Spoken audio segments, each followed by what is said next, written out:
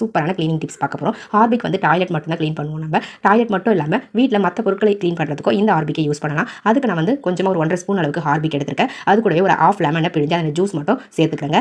சேர்த்துட்டு இது கூடவே நம்ம துணி வாஷ் பண்ணுறதுக்கு யூஸ் பண்ணக்கூடிய அந்த லிக்விட் டிட்டர்ஜென்ட் லிக்விட் இருக்கும் இல்லைங்களா, அந்த லிக்விட் வந்து பார்த்தீங்கன்னா ஒரு ஸ்பூன் அளவுக்கு ஆட் பண்ணிக்கோங்க. இந்த மாதிரி ஆட் பண்ணிவிட்டு நல்லா அது மூணுத்தையும் மிக்ஸ் பண்ணி விட்டுருங்க. ஸ்பூன் வச்சு மிக்ஸ் பண்ணி விட்டுட்டு தேவையான அளவுக்கு தண்ணி வந்து ஆட் பண்ணிக்கோங்க. நான் வந்து ஒரு 2 சொம்பு அளவுக்கு தண்ணி வந்து ஆட் பண்ணிவிட்டு நல்லா வந்து மிக்ஸ் பண்ணி விட்டுட்டேங்க. கை வச்சு மிக்ஸ் பண்ணாதீங்க, ஒரு ஸ்பூன் வச்சு மிக்ஸ் பண்ணி விட்டுருங்க.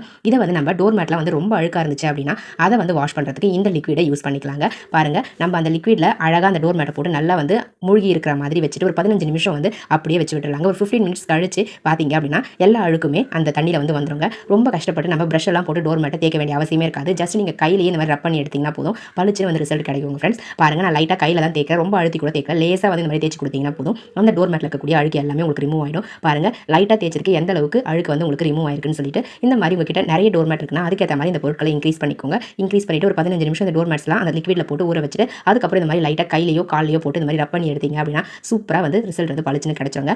இப்போ நம்ம சப்ஸ்கிரைபர் எல்லாருக்கும் ஒரு பெரிய ஹாய் சொல்லிக்கலாங்க. ராஜி, ஜஷ்வந்த், அன்னபூரணி, கனகவல்லி, பிரதீக்ஷா, கமலி, நஸ்ரீன், தாரா நாகராஜ், சங்கரி கிருஷ்ணன், இவங்க எல்லாருக்கும் ஒரு பெரிய ஹாய் சொல்லிக்கலாங்க ஃப்ரெண்ட்ஸ். ஓகே ஃப்ரெண்ட்ஸ், இப்போ நம்ம வீடியோக்குள்ள போகலாம். பாருங்க ஃப்ரெண்ட்ஸ், எந்த அளவுக்கு அழுக்கு வந்து ஃபுல்லாக ரிமூவ் ஆகி வந்திருக்குன்னு சொல்லிட்டு.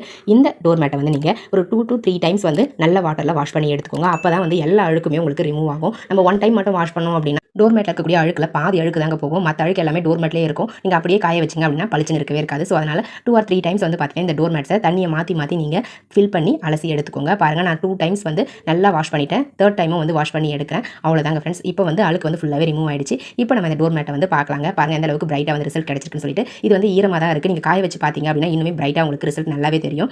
நான் வந்து வெயில் சரியாக காயலன்றதால அப்படி ஈரமாகவே உங்களுக்கு காமிச்சிருக்கேன். ஸோ நீங்களும் உங்கள் வீட்டில் இந்த மாதிரி அழுக்கா டோர் மேட்ஸ் இருந்துச்சு அப்படின்னா ஹார்பிக் யூஸ் பண்ணி வாஷ் பண்ணி பாருங்கள். ரிசல்ட் வந்து சூப்பராக இருக்கும். ட்ரை பண்ணி பார்த்துட்டு சொல்லுங்கள்.